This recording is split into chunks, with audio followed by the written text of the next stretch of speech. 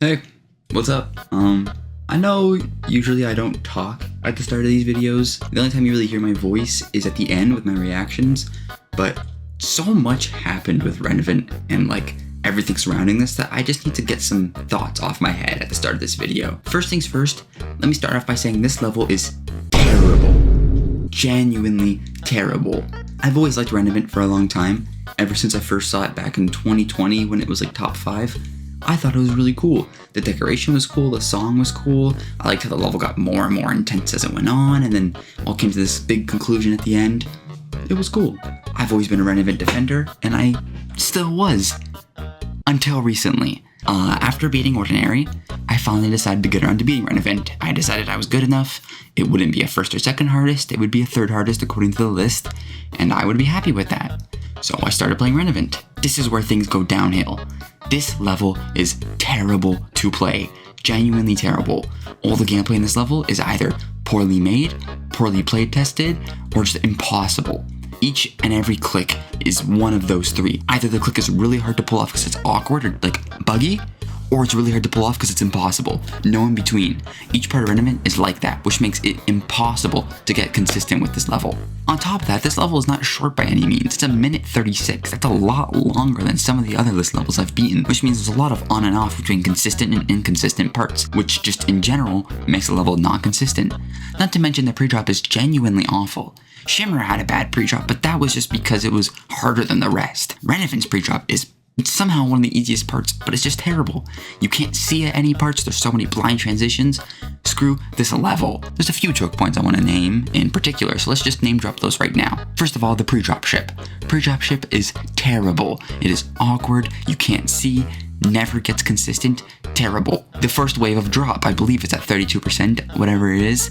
Terrible wave, super awkward click pattern where you think you have to click at a certain pace, but you actually have to click a little slower than that. But if you click at a pace which is slower and feels comfortable, that's too slow. So you have to click at a really awkward speed, and I just don't like it. Next up, we have the 39 robot. Terribly play tested. If you don't land as soon as possible in the first block, you can't make the jump. Don't know why it's like that, but it's terrible. It's just more proof of how poorly play tested this level is. The next choke point we're going to talk about is one of the most infamous choke points, the 44 ship. Not only is it extremely tight in both the mini and big ship sections, but you flip gravity midway, which causes your ship to usually shoot down or up awkwardly. Now I did notice while playing this, once Rob added CBF to vanilla GD, this transition became a lot easier. I felt like in CBF my ship was not as heavy and would sort of stay centered as much, but it was still pretty bad. Then of course the next choke point is the late and early click monster clicks. These got me their fair share of times. I did get consistent with them and stopped dying to them, but every death to them just feels like a punch to the gut. Next big choke point, obviously the 64 ball, infamous. I don't think this is as bad as some people say. It got consistent, it got better, but you can only get so consistent with this level. Once you get so consistent, you hit a wall and that's it, so you still die here eventually. Now we reach 69 to 100. This 30% of the level is the hardest part of the level. You have this really awkward transition into this UFO and then a really awkward UFO that just together suck. Genuinely terrible. Die there so many times, super frustrating. Then it's sort of filler gameplay until you get to 80 where you have this really weird ship transition that's reminiscent of Allegiance. And then of course the 82 ship. How could I not mention this? I died at this ship 8 times. 8 times. So I'm not a big fan of this ship. You can't see the spikes and you can't see where you're going. Super awkward, super unfun, and of course to top it all off, impossible swing copter at the end, and boom, you have the beauty of a level that is Renevent. Terrible to play, terribly balanced, terribly play tested. Do not play this level. That's enough from me. I'm sure you're tired of hearing me talk. I just needed to ramble about how bad this level was for a bit, but it is what it is. Here's the completion.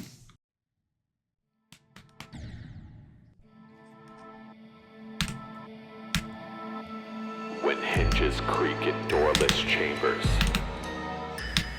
and strange and frightening sounds echo through the halls. Whenever candlelights flicker where the air is deathly still, that is the time when ghosts are present, practicing their terror with ghoulish delight.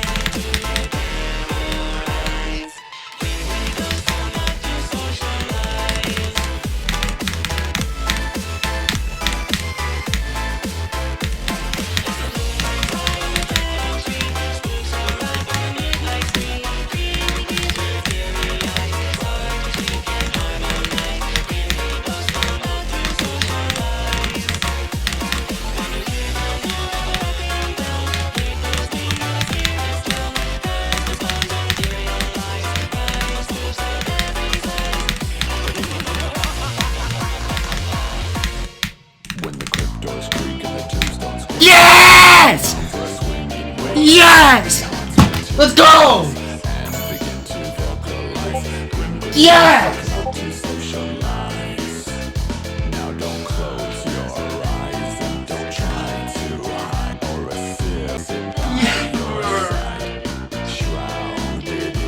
Oh, it's over.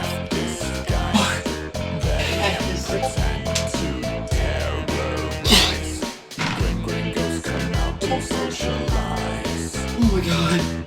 Yes. Everything tingles. Everything tingles. Everything's numb. Everything's numb. Yes. Yes. I don't even care. That's what the video's getting for a reaction.